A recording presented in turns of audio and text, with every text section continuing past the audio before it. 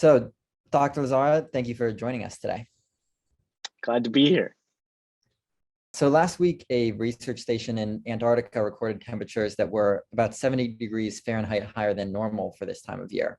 Could you explain what caused this dramatic spike? So we're still studying some of the base reasons, but in essence, what we had take place, what is known as an atmospheric river, or in essence, you had some air and clouds, much warmer air coming from further to the north, that was coming into the Antarctic and up over towards this station. And so that did a couple of different things. It ended up mixing up the air, getting rid of some of the cold that was over the area. It brought in more warm air from further away, and clouds kind of acted like a little bit of a blanket that kind of actually brought some of their own little bit of warming in perhaps. And so some of these are the potential reasons in combination that gave us such warm temperatures. And could you sort of explain to us how out of the ordinary these temperatures were? Yeah, if you think about it, it's not much different than if we were talking about a winter day here where we live in the US, and we'd have what, perhaps a 20-degree Fahrenheit day. And instead of that, we were having a day that was instead 70 or 80 degrees, just dramatically warmer than you would expect for a typical day in wintertime, which we would expect 20. So that's the kind of difference that took place here. It's pretty impressive.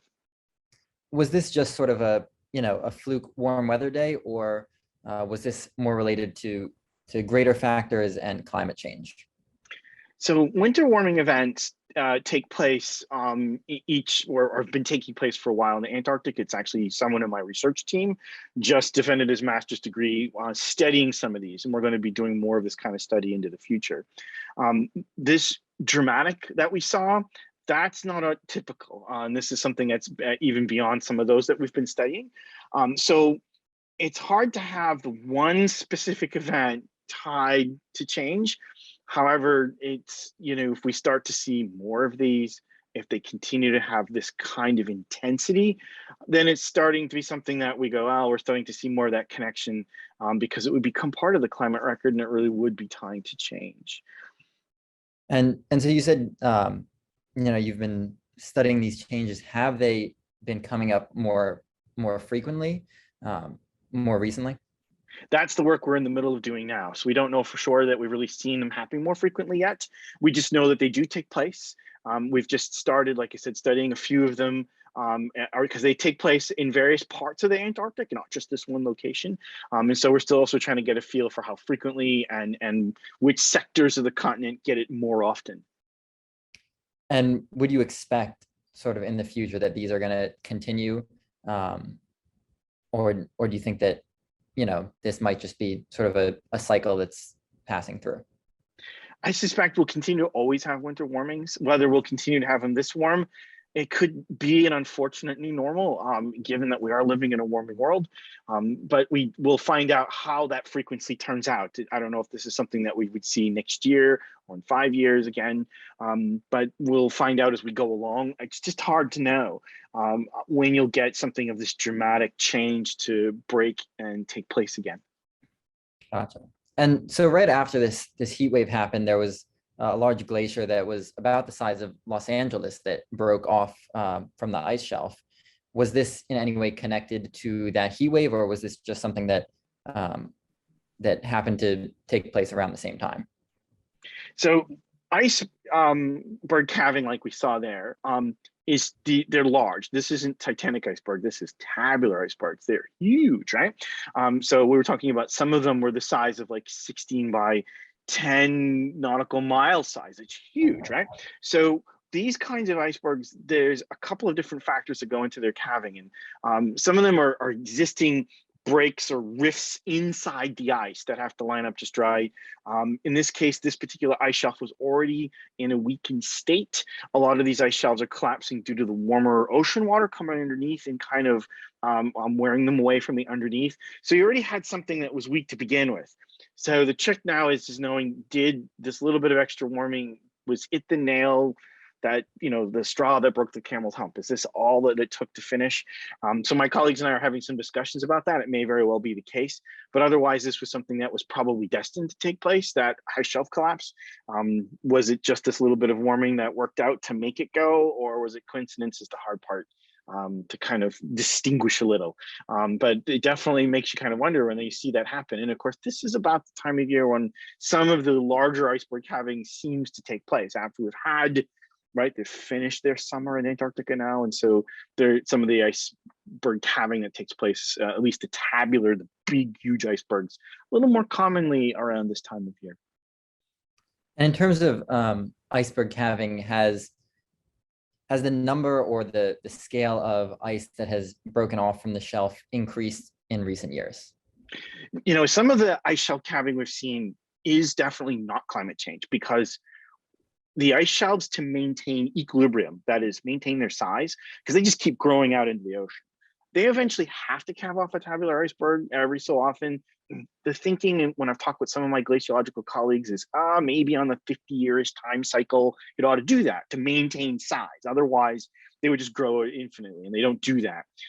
So if you think about it, we've only really had modern satellite observations since the 1960s. So seeing in the last 20 years some iceberg calving, maybe we're just due to see it. But that's not the full story. There are some spots in the Antarctic that we've seen collapse. We've seen whether it be big tabular iceberg calving, such as this discussion we're having here about the one ice shelf that might be it, or we've seen some ice shelves where instead of them forming larger icebergs, they've actually formed lots of smaller ones in a very short amount of time. They've gone from being an intact ice shelf and then in about 5 weeks totally collapsing.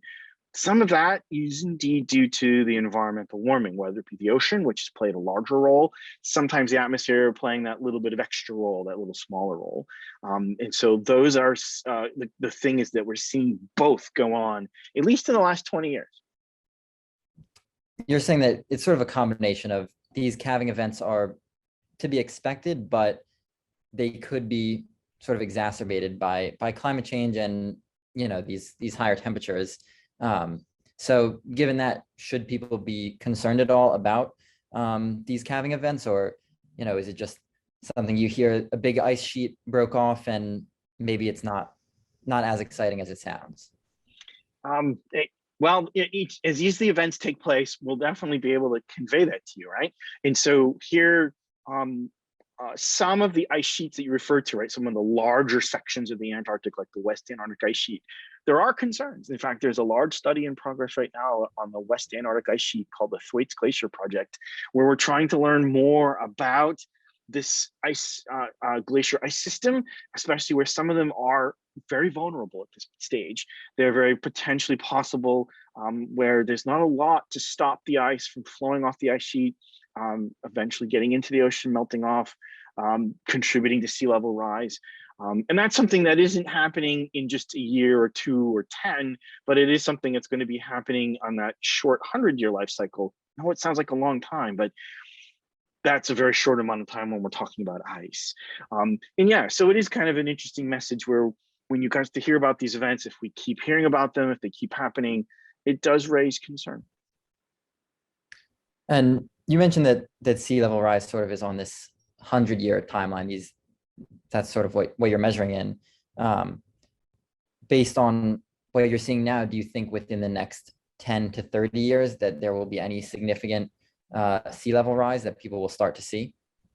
I think we're already seeing it now, because sea level rise is being done, kind of contributed by a couple of avenues. One is the ocean is warming up, which expands it. So it takes up more space. That alone is a starting point. And then yes, we're adding water to the ocean in a variety of places. The ice sheets in the Arctic are one. Greenland is another. Some of the fastest moving glaciers in the world are in Greenland, where they're actually calving off and melting in, literally. So this is land ice, right, that's melting in. Tropical glaciers. There's a few spots in the world where they're also starting to contribute an awful lot. And so this is kind of an additive thing. When you start adding all of them up, we are starting to see some of that rise.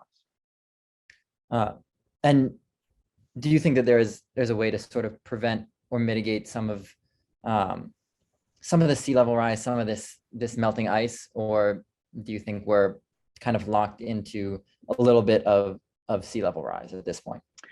So there's always some hope, right? There's always possibilities of what we could um, hopefully do to change the environment ourselves to try to help prevent further continuation. And at the same time, there is some continued warming baked into the current system. The climate system already has so much impact already going on from having a lot of trace gases put into the atmosphere. And so we're yet to see some of that impact that is really yet to come. And what actions would you like to see governments take now in order to sort of prevent these calving events from becoming more common, or at least just keeping them at the current level or the natural level? Yeah, that's a hard element to tie one to the other, right? Because there's such different timelines, where we have decision makers make decisions versus actually seeing that impact into the environment. But yeah, we want to, be really great to be able to see change in our environment that makes it sustainable. We'll probably end up really needing to have a multi-prong approach, one where we definitely want to aim to have less kinds of trace gases get into the atmosphere, but also be prepared for mitigation, adaptability. It's probably a combination to be really prepared for our environmental change that we're going to be likely seeing. Mm-hmm.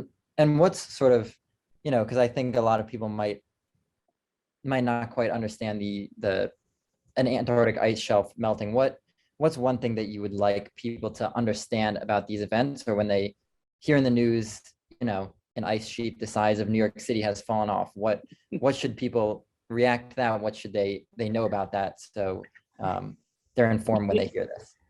Yeah, we of course as humans have a hard time appreciating long time scales. When I teach my classes at Madison College, I enjoy having students really get an appreciation of that fact that our atmosphere and our connection to it is very weather centric. And weather and climate are very different things, right? Climate is this accumulation of really what we consider weather, right, over long periods of time. 30 years is the gold standard and longer. And some of what we're chatting about here, these systems such as ice sheets, they are very long lived. The timeline on them is tremendously long. So when we talk about something where we're like, well, it might take a couple of 100 years or 300 years to see an ice sheet collapse, that's such a short timeline for these systems that have been in place for much longer periods of time, thousands, tens of thousands, hundreds of thousands of years. And that's just dramatic. And that's the challenge, is to convey that along, where the atmosphere and the weather we experience every day is such a short circuit in our climate and our weathers, in our environmental system, our environmental outdoors here on the planet. So does that mean that when someone hears about an ice shelf falling off, they need to sort of appreciate that this could be a warm weather day like the one that we saw recently, but it also is indicative of a larger trend? Yeah, there's right. Just appreciate the context of it, right? Especially where we need to appreciate our own day-to-day weather. So, for example, having some of the cold weather we might be having today, well, that's our weather for today. That's not indicative of the current climate that we're experiencing, right? The cold air outbreak is just that particular day. It's short-lived, right? It's only those. In fact, weather is really what the state of the atmosphere at a particular place and time. So that's what we like to think of it. Whereas climate is that long period, right? It's that accumulation of all those events over that long period of time. And it's, yes, we talk about it against the averages where we begin our discussion like, gee, this was such a tremendous warming against the averages that we know for the location. Then you can do a comparison. And that's where I think we as humans really have an appreciation. That's what I think we want folks to appreciate is, wow, I know what normal or average weather ought to be like. And now I can appreciate this specific event compared to that. And that's where we now start to appreciate that distinction between weather and climate.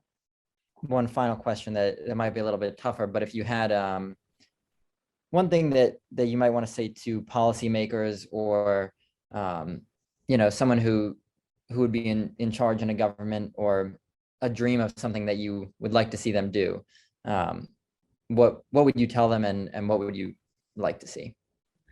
Well, I definitely would like to appreciate how we're running an experiment on the planet with no control.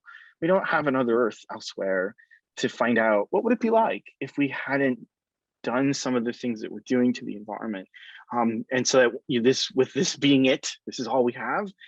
There's a real need to be able to have it be, a place that we can have not only for us, our children and our grandchildren. And so if we want to have that kind of vision, there's a real need to make policy that protects that.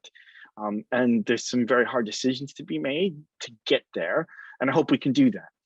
I still think there's possibility for it, and there's definitely need to do it and doing it soon. Great. Well, thank you so much for chatting with us. We appreciate it. Thank you.